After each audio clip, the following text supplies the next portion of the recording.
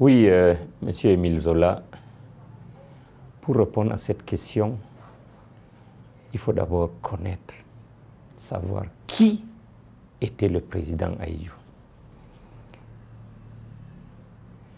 Le président Ahidjo était un homme exceptionnel. Je suis vraiment très ému de parler de lui aujourd'hui. Je ne sais pas si je vais arriver jusqu'au bout, tellement le président Ahidjo nous a tous marqués. Il faut comprendre d'abord et avant tout que Ahidjo a toujours été un visionnaire, un patriote, un travailleur, quelqu'un qui a toujours cherché le développement de son pays et le bien-être de ses populations. Il savait où il était, la charge qu'il avait, et il savait également ce qu'il faisait. À partir de là, M. Émile Zola, vous pouvez très bien comprendre que la démission du président Ahidjo était une conviction personnelle. Une conviction personnelle. Moi, j'en suis fondamentalement convaincu. Quand on revisite son passé, ce qu'il a fait, comment il a travaillé, c'était une conviction personnelle. Vous savez, le président Ahidjo a toujours cru à un cheminement cyclique. Et je me suis rendu compte que c'était de 10 ans. Lui, le cycle était de 10 ans. Il a passé les 10 premières années de son magistère à mettre en place un État et à le consolider avec l'axe principal de l'unification et de la pacification. 60-70, c'était exactement ça. Si vous revisitez ses actions, vous allez voir qu'il était dans ce cycle-là. Il a donc passé 10 ans pour le faire. À partir de 70, il est passé à un deuxième cycle. La consolidation de l'économie du pays. Consolidation. Donc c'était l'axe économique de sa politique. Arrivé aux années 80, il a compris qu'il y avait un dernier cycle qu'il fallait à notre pays, c'est-à-dire l'axe politique du magistère d'un chef d'État, après avoir pacifié le pays et mis en place une économie forte. Puisque quand il partait, on a très bien vu, et son successeur a clairement dit qu'il laisse un pays avec des finances saines, un pays stable, un pays économiquement stable avec des finances saines. Donc il avait consolidé. Mais Ahidjo a compris que il ne lui appartenait pas de mettre en place le dernier cycle, c'est-à-dire le cycle politique. Il ne lui appartenait pas. Vous pouvez donc très bien comprendre qu'il s'est préparé à partir. Il s'est préparé à partir. Et il savait qu'après le cycle économique, là, le cycle politique, il ne lui revenait pas de le mettre en place. Et c'est pour cela que ça s'est vu au congrès de Bafoussam en 1980. Son successeur, Jambrey un peu, est venu et a parlé de rigueur et moralisation. Rigueur et moralisation. Si vous allez au discours d'ouverture du président Ahidjo au congrès de Bafoussam, il est clairement parlé de rigueur et moralisation. Donc, le congrès de Bafoussam, c'était une sorte de feuille de route que le président Ahidjo avait l'intention de laisser à son successeur. Il s'est organisé. Cette démission, lui, ne l'a pas surpris du tout. Il savait ce qu'il faisait. Et c'est pour cela que les anciens peuvent se rappeler que au congrès de Bafoussam, le renouvellement de son mandat n'était pas acquis. Des rumeurs avaient circulé qu'il n'allait plus se représenter comme président de l'UNC au congrès de Bafoussam. Et c'était vrai, parce qu'il y a eu des tractations pour l'amener à accepter. Des tractations. Il s'est préparé. Il y a une vidéo qui a circulé sur le net il y a quelque temps. J'ai recherché cette vidéo, malheureusement, je ne l'ai pas retrouvée. Ahidjo, encore jeune, je ne sais plus en quelle année, en tout cas c'était loin de l'année de sa démission, interviewé par une journaliste française qui lui avait demandé est-ce qu'il pense un jour à passer la main. Et il a clairement dit qu'il n'est pas venu pour s'éterniser. Il sait que la fonction de chef de l'État, c'est une fonction qui pèse beaucoup. Il ne peut pas aller très loin. Il y aura bien un jour où il va s'arrêter et passer la main. Ça, il l'a dit. Et longtemps avant sa démission. Tout cela pour vous dire que il savait ce qu'il faisait, il savait qu'il allait partir et il s'est organisé pour partir. Bon, c'est l'imaginaire des Camerounais qui a essayé de faire comprendre que c'est parce que la gauche est arrivée au pouvoir, Mitterrand est venu, avait des problèmes avec Ahidjo, on a mis la pression sur lui pour qu'il démissionne. Mais moi, je ne crois pas tellement à cela. Quand je revisite un peu comment il s'est organisé, ce qui s'est passé, ce qu'il a dit avant qu'il démissionne.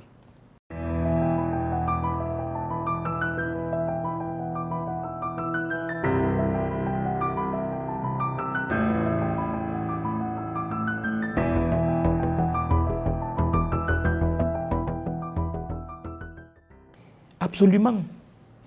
Absolument. Ahidjo n'est pas un va-t-en-guerre. Il n'est pas un va-t-en-guerre. Si Ahidjo était un va-t-en-guerre, on devait avoir fait la guerre au Gabon, la guerre au Tchad, la guerre avec la Guinée équatoriale, la guerre avec le Nigeria, la guerre avec tout le monde. Parce qu'il y a eu suffisamment de provocations en direction de notre pays.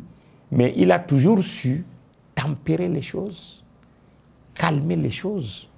Ce n'était pas un va-t-en-guerre. Le fait même d'avoir préparé son départ, parce qu'il savait qu'il avait mis long. Parce que vous savez que le pouvoir use beaucoup. Le pouvoir use beaucoup. Et lui-même s'est rendu compte que vers la fin de son pouvoir, sa popularité était en train de s'effriter. Pour éviter justement qu'il y ait des mécontentements et tout, il est parti. Ahidjo, au moment où il partait, était au plus bas de sa popularité. Et ce qui peut justifier qu'il était au plus bas de sa popularité, c'est l'arrivée de son successeur, qui était venu avec une très grande popularité. Ceci explique que les gens commençaient déjà à se fatiguer, ce qui est normal au bout d'un certain temps. Quel que soit le travail qu'un dirigeant peut faire pour un pays, sa popularité finit toujours par s'effriter.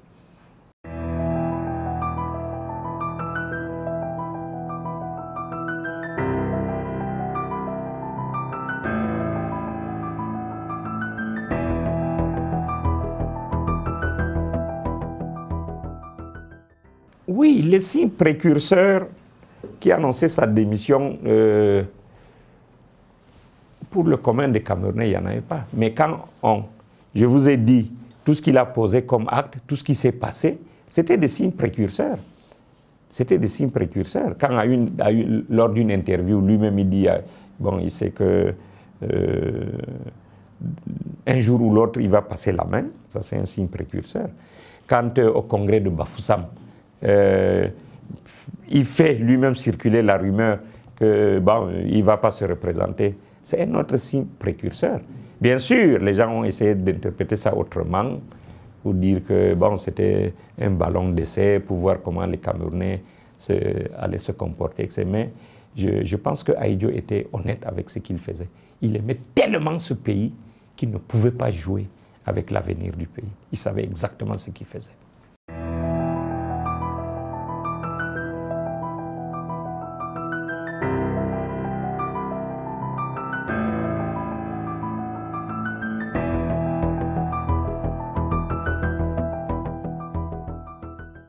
Non, c'était faux. Ahidjo avait une haute idée de l'État. Comment quelqu'un comme Ahidjo, qui avait une haute idée de l'État, peut-il mettre le parti au-dessus de l'État? Mais avant sa démission, il aurait pu le faire. On a essayé de lui faire jouer un jeu qui n'était pas le sien. S'il voulait la primauté du parti sur l'État, au moment de sa démission, avant de démissionner, il le faisait et ça passait comme lettre à la poste. Mais il ne l'a pas fait. Mais, moi, après avoir analysé un certain nombre de choses, recoupé pas mal d'autres, je me suis rendu compte que c'est Feu Senghako qui était à la manœuvre. Et je l'ai compris longtemps après. Parce que Senghako a essayé de s'imposer au régime de Ahidjo. Il a joué un rôle très important, secrétaire politique de l'Union nationale camerounaise, de l'UNC. C'était un très grand rôle. Et il l'a bien joué. Mais il avait également ses ambitions. Ses ambitions. Senghako, il rêvait, sinon gérer ce pays, du moins le gérer par personne interposée. Il a essayé de faire avec Ahidjo. Parce que quand vous écrivez les discours d'un chef d'État, bon, vous avez comme l'impression que c'est vous qui gérez le pays, que c'est vous qui donnez les grandes orientations du pays. Il l'a fait avec Ahidjo. Certainement, je ne maîtrise pas très bien ce qui s'est passé à l'UNC, mais je sais qu'à un moment donné, il n'était plus en odeur de sainteté. Du moins, il n'avait plus tous les pouvoirs qu'il voulait au sein de l'UNC. Je crois que c'est pour cela qu'au moment de la démission, il s'est positionné rapidement pour prendre, sinon en otage, le nouveau président, du moins être son principal conseiller de manière à pouvoir donner les orientations de la politique de notre pays. Et je crois que c'est dans ce jeu-là, c'est en voulant jouer ce jeu qu'il a donc monté cette affaire de primauté de parti sur l'État. Et comme ça, il est bien entré dans les faveurs du nouveau président quand celui-ci est arrivé. Après cette affaire de primauté, pas parce qu'on a vraiment brodé là-dessus pour essayer de dénigrer l'ancien président et mettre en valeur le nouveau. Bon, on est en politique. Tous les artifices peuvent être utilisés. Et c'est ce qui a été fait. Mais Ahidjo, je le répète, avait une haute idée de l'État, il ne pouvait pas accepter. Bon, Senghako n'a pas eu ce qu'il voulait également avec Paul Biya, le président Biya, qui a fini par comprendre qui il était exactement. Et c'est pour cela qu'en 1990, quand le multipartisme est arrivé, il a lâché le président Biya pour se rapprocher de Froundi. Je me rappelle très bien de son arrivée au parti, SDF. J'y étais en ce moment. Il était venu, il a essayé de vraiment s'imposer, prendre toute la place et ne rien laisser aux autres. C'est pour cela qu'en espace de quelques temps, bon, il était au NEC, sans poste précis. Bon, il était conseiller spécial ou peut-être occulte de Froundi, mais c'est lui qui rédigeait les résolutions du NEC. Moi, j'étais toujours dans sa commission, dans la commission des résolutions avec lui. Vous voyez donc le rôle qu'il a joué auprès de Ahidjo. Il voulait être au centre de tout. Il n'a pas eu. Il a changé de camp quand le président Biya est arrivé. Là également, il a essayé Ça n'a pas marché. Il est allé chez Frundi. Il était aidé en cela par un très grand manipulateur, mon ex-camarade Evembe. Evembe, je l'ai vu passer à une émission d'une chaîne ici, mais il a raconté plein de mensonges. Mon camarade Evembe, c'est un très grand manipulateur. Et il a toujours été aux côtés de Sengako, que ce soit à l'UNC, que ce soit au RDPC, que ce soit au SDF. Ils étaient toujours ensemble pour faire leur petite manipulation. Donc, je reviens à ce que je disais au départ. Vraiment, cette affaire de primauté de parti sur l'État, c'est un montage juste pour dénigrer le président Ahidjo. Le président Ahidjo avait conservé la tête de l'UNC. J'ai la chance, vraiment extraordinaire, de savoir ce qui s'est passé à ce niveau. Parce que quand le président Ahidjo n'était plus en fonction, il était à Grasse, le président Biya a envoyé un émissaire porteur d'une correspondance. Et le porteur de cette correspondance se trouve être un de mes beaux-frères, le grand frère, le mari à ma petite sœur, Ousmane Diallo. Feu Ousmane Diallo, parce qu'il est décédé il y a quelque temps déjà. Et c'est lui qui m'a donné cette version des faits. Il était l'émissaire, porteur d'une correspondance, dans laquelle le président Ahidjo, le président Biya demandait au président Ahidjo de lui remettre la direction de l'UNC. Il m'a dit qu'il est arrivé là-bas. Il a trouvé le président Ahidjo avec sa femme, son gendre, Boubakari, et son médecin personnel, docteur Adam Mat. Il était informé qu'il y avait un émissaire qui venait avec une correspondance. Alors, dès que l'émissaire entre, Ahidjo demande à tout le monde, sa femme et tout le monde, de le laisser tout seul avec l'émissaire. Alors, on lui tend la lettre, il l'ouvre, il lit. Et après, Feu Ousmane Diallo me dit que Ahidjo était entré dans une colère noire. Il tempêtait, il grondait et il disait, mais est-ce que c'est par la force qu'il a pris ce pouvoir? Je pense que ce n'est pas la force, ce n'est pas par la force. Je lui ai remis le pouvoir.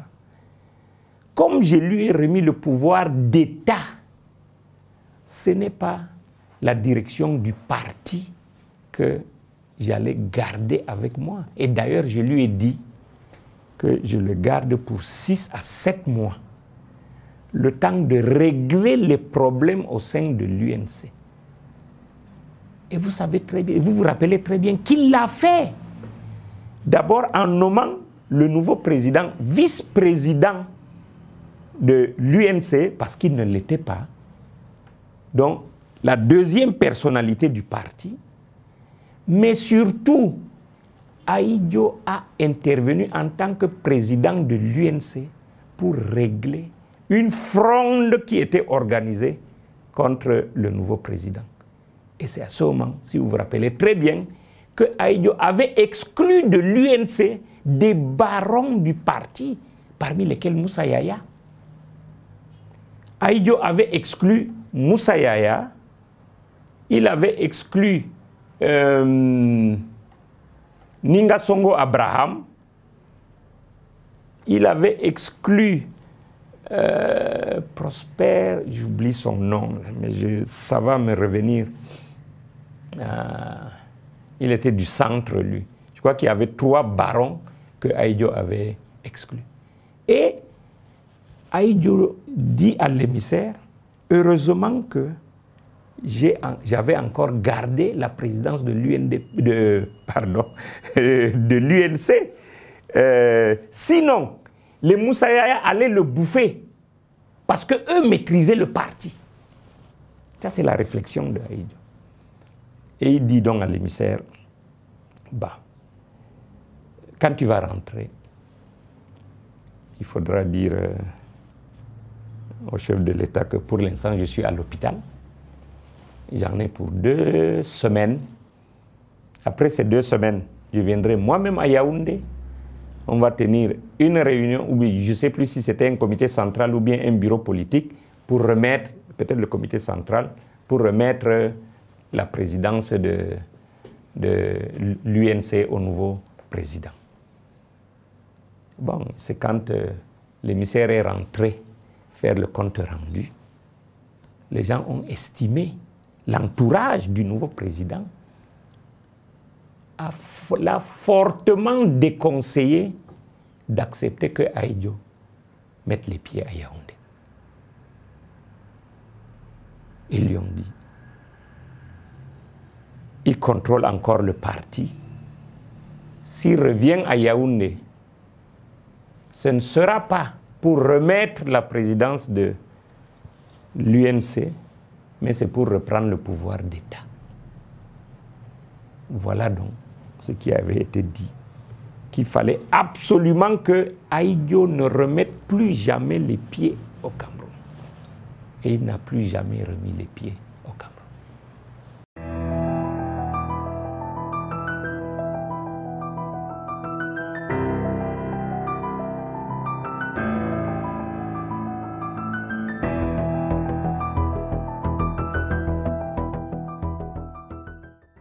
Vous savez, aujourd'hui,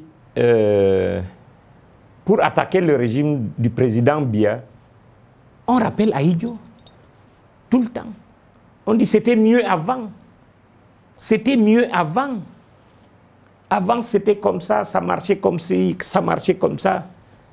Et il faut également constater que dans tous les partis politiques aujourd'hui, il y a un fort courant aïdjoïste. Un fort courant. Ce legs-là, il est important. Peut-être qu'il faudrait aujourd'hui penser à fédérer tous ces mouvements-là pour mettre en place un grand mouvement aïdjoïste. Pourquoi pas? Pourquoi pas?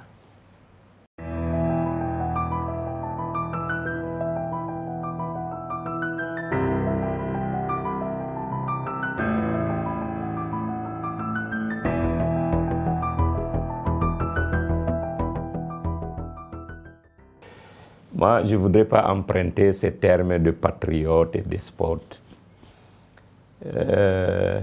La qualification dépend de ce qu'on pense de celui qu'on veut qualifier. C'est très subjectif. Ce qui est important de voir, la question importante, est-ce que Aïdjo a bien géré son pays? La réponse est oui. Est-ce que Aïdjo a apporté le développement à son pays? La réponse est oui. Bien sûr que tout n'est pas blanc dans ce qu'il a fait. On pourrait en parler tout à l'heure, mais tout n'est pas noir. Alors, dès l'instant que le pays se développait, puisqu'on était au niveau de pays en développement, puisque les populations vivaient bien, et c'est vrai, par rapport à aujourd'hui, les populations vivaient très bien, manger à leur faim, s'habiller comme ils pouvaient, se déplacer, prenaient leur plaisir là où ils voulaient, la vie était belle, les Camerounais étaient admirés partout. Ça, c'est le résultat de la politique de Aïdjo. À partir de là, pourquoi va-t-on chercher des termes? Est-ce qu'il était despote? Il était patriote, c'est sûr qu'il l'était. Parce qu'il aimait profondément ce pays. Et il en est même mort pour ça. Despote, pour moi, ça ne veut rien dire. Tout le monde peut être despote. Tout le monde est despote. Ça dépend de... ça dépend du niveau de despotisme. On est même allé jusqu'à créer un terme de despote éclairé. Ok. Si Aïdjo était un despote, alors disons que ce fut un despote éclairé.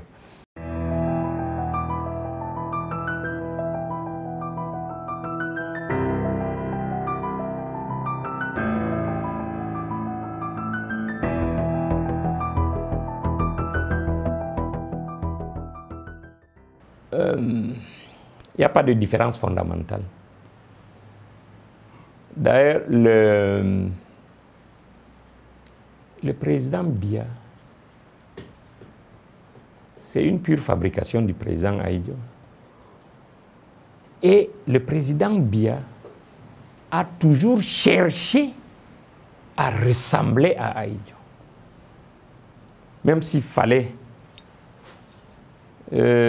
entrer en concurrence avec lui pour prouver qu'il était mieux, il a toujours cherché à lui ressembler. Et là, je fais une petite parenthèse. Je voudrais dire qu'il n'y avait pas de problème fondamentalement entre Ahidjo et Biya. C'est l'entourage des deux qui a pourri la situation, qui a pourri l'alternance à la tête de l'État. L'entourage de Ahidjo voyait comment le pouvoir était en train de leur échapper et ils ont tout fait pour pourrir la situation. Et l'entourage de Biya, de nouveau, qui était pressé de prendre les affaires en main et qui voyait que le temps passait, qui ont pourri la situation. Mais les deux, Ahidjo tout comme Biya, je crois qu'ils étaient honnêtes dans ce qu'ils faisaient. Bon, pour comparer les styles, bon, il faut peut-être voir les actions qui ont été menées.